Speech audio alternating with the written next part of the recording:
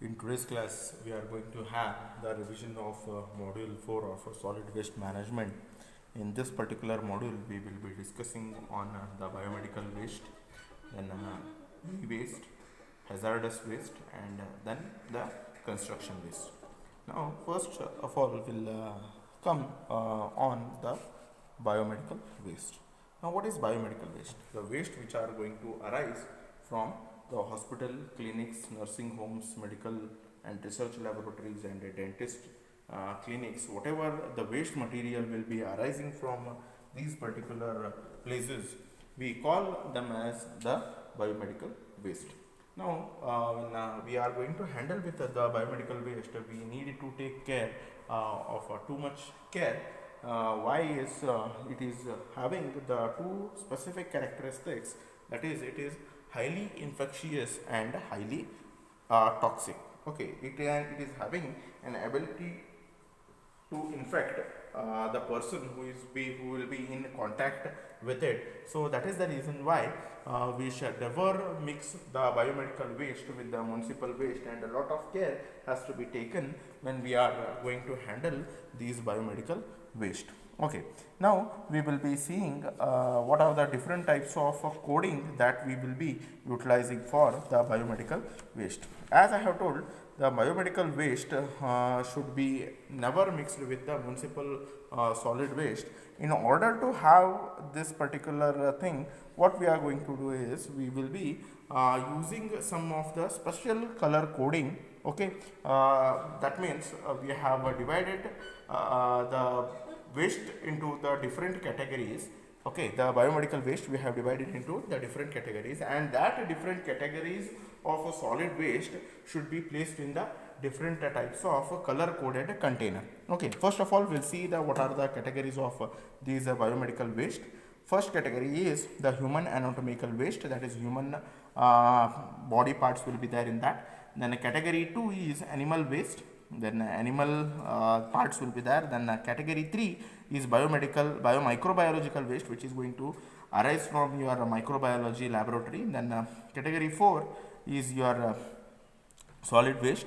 Then category 3 is microbiological waste. Category 6 is your solid waste. Then category 7 is plastic waste. Category 4 is waste sharp. Category 7 is again plastic waste. Category 5 is discarded medical waste. Then category 9 is incineration waste, and category 10 is the chemical waste. Okay, so we will be seeing now which coded container for which kind of a waste.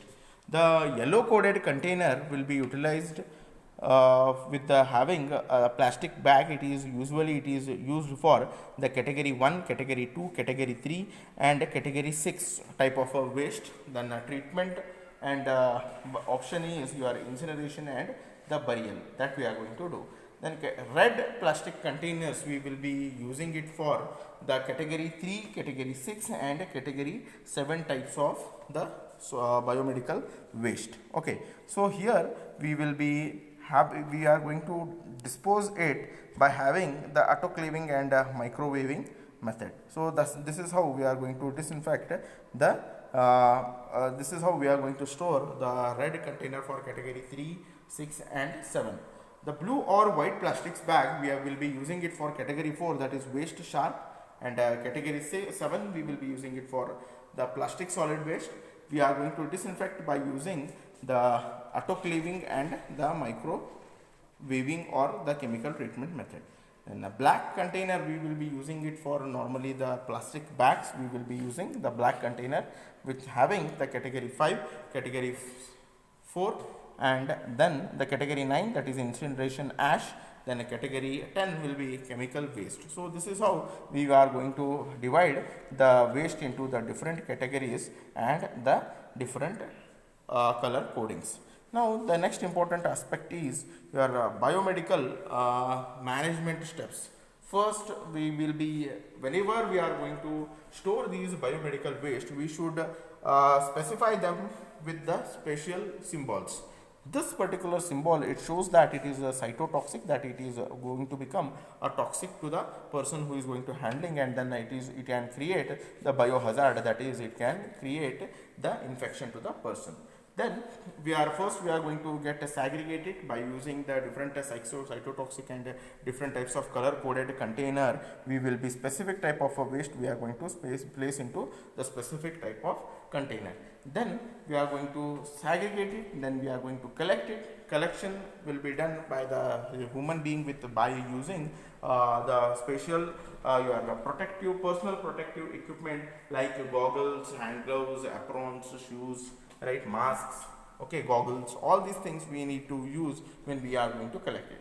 Then for storage, we need to see one criteria, that the storage of biomedical waste should not be more than 8 to 10 hours for big hospitals, that is more than 250 beds, okay, and 24 hours we should not store these biomedical waste into the nursing homes. Then we are going to transport it by using the special disinfected kind of a vehicle, then we are going to dispose it. Now this is how we will be having the biomedical waste management steps. Okay, then in the disposal we will be using these particular methods for disposal. The first method is your chemical method, then a thermal method, mechanical method, eradication method, and the biological method. In the thermal process, we will be using the low heat from 93 degrees Celsius to 200 degrees Celsius. Then high heat we will be using 540 degrees Celsius to 830 degrees Celsius. Then we are going to incinerate at a temperature of around 800 degrees Celsius. Then mechanical processes we are also using, and eradication and biological processes we are also using. In the biological process we will be using for the burial. Now what we are going to do is, if any of the biomedical waste it has to be disposed of, we are going to have the 1 meter by 1 meter by 1 meter pit. Into that we will be using the steel pipe diameter 1.5 centimeter of around 1.5 meter height. We are going to dispose all the biomedical waste into that particular pit, especially the sharp materials. So this is how we are going to handle the biomedical waste.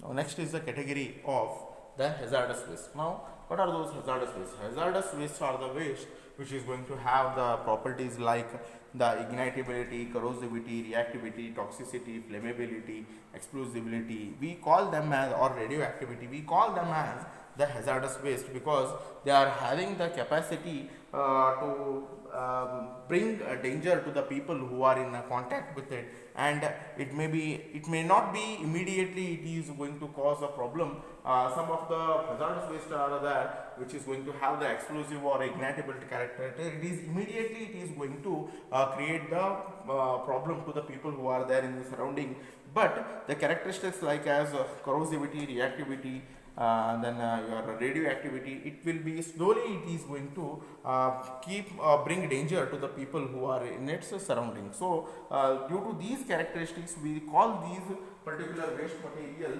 as your hazardous waste. Okay, now types of the solid waste it is going to have is it is one type of a waste material. It comes under the different types of solid waste. One type among that is your hazardous waste. Okay, now we will define it. Waste which tends to cause the adverse effect on ecosystem and human being immediately or over a period of time, we call them as the hazardous waste. Okay, now there are some of the hazardous waste which are there in a solid, liquid and gaseous state. Okay, there are some of the hazardous waste which are there in the solid state also. So which are those? Solid state, it is a caustic or cleaning of agent, nickel, cadmium. Okay, these are present in the solid state. Then liquid state hazardous waste, it is going to have the paints, acid, petrol, chemically reactive element. Okay, gaseous state we are going to have the bromine, then cyanonin, then your hydrogen, cyanide, all these things are in a gaseous state. Then classification. Okay, we classify these hazardous waste into radioactive substance, chemicals, biomedical waste, flammable waste, explosivity, okay, and some of the different hazardous waste. So this is how we are going to classify the hazardous waste into different types.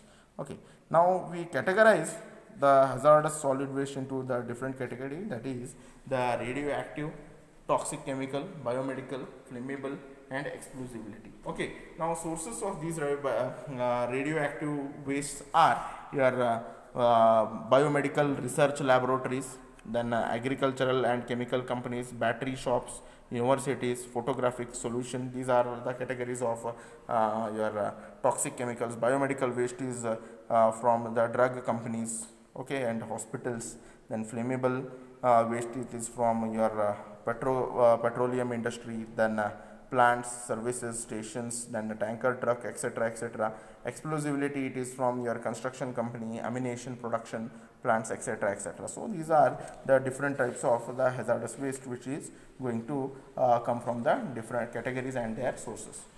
Especially during the when we are going to handle these hazardous waste, we should use the specific symbol in order to create the awareness to the people that the vehicle or the container is having the hazardous material in it, and we need to take care when we go around it. So that is the reason why we will be using some of the specific symbols when we are going to handle these hazardous waste. First, it indicates it is carrying the acute toxic hazardous waste. Then the second label indicates it is going to carry the health hazard.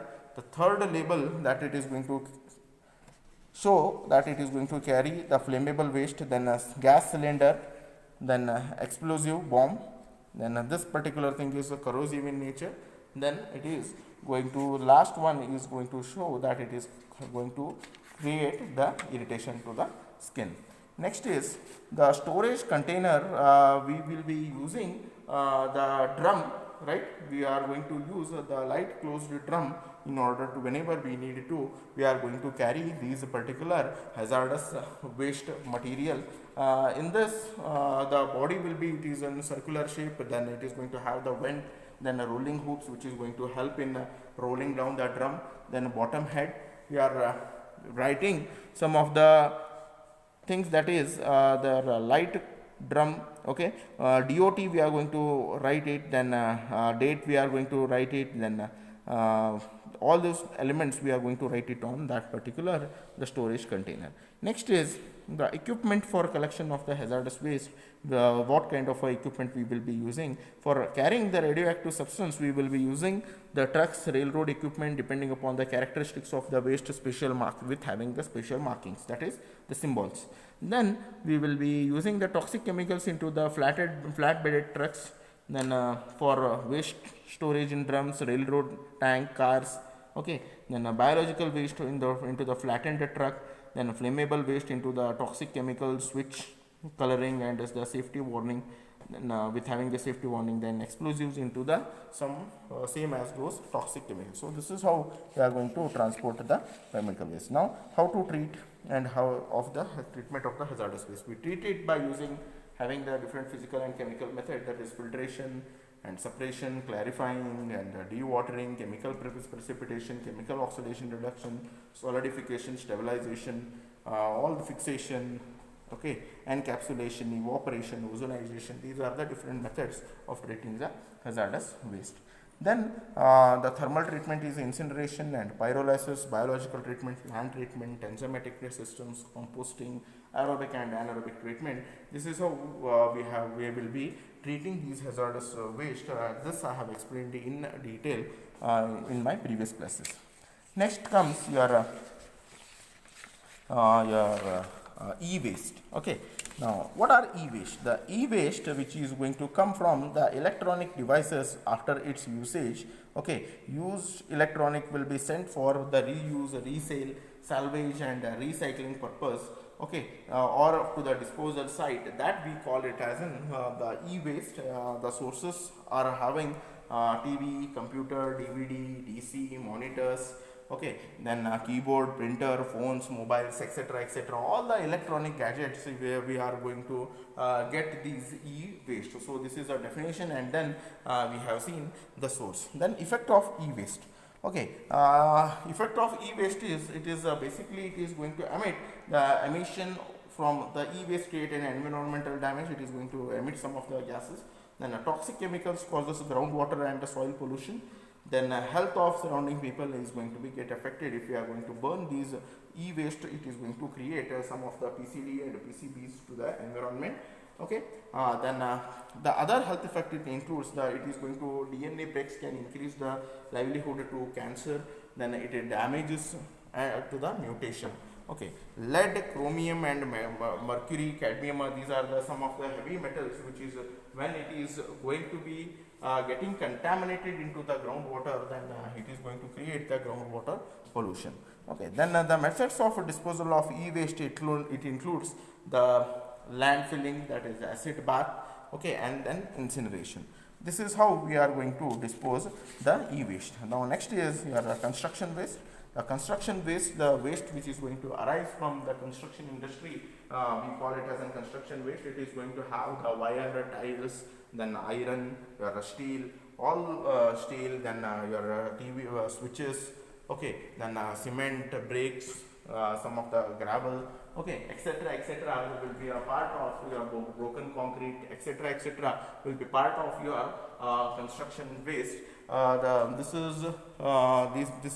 are the material. Then the different types of the sources which are there, or how it is going to come from the construction industry is, first one is a sources, it is a contractual, then a design, then procurement, transportation, on-site management, material storage, site operation, residual, and other. These are how your construction waste is going to come from the different types. The construction in construction we can utilize the waste material, that is a debris and all. We can use it for the filling as a filling material, and some of the waste material that also can be recyclable, that is the iron and all, it can be recycled. This is regarding the construction waste. So we have completed module 4, revision of module 4. In module 4 we have discussed on biomedical waste, hazardous waste, e-waste, and the construction waste, different sources of it, types of it. Okay, all these things we have discussed in module 4 of solid waste management. In the next class we will be discussing, or we are just overviewing the module 5. So this is the overview of module 4. Thank you.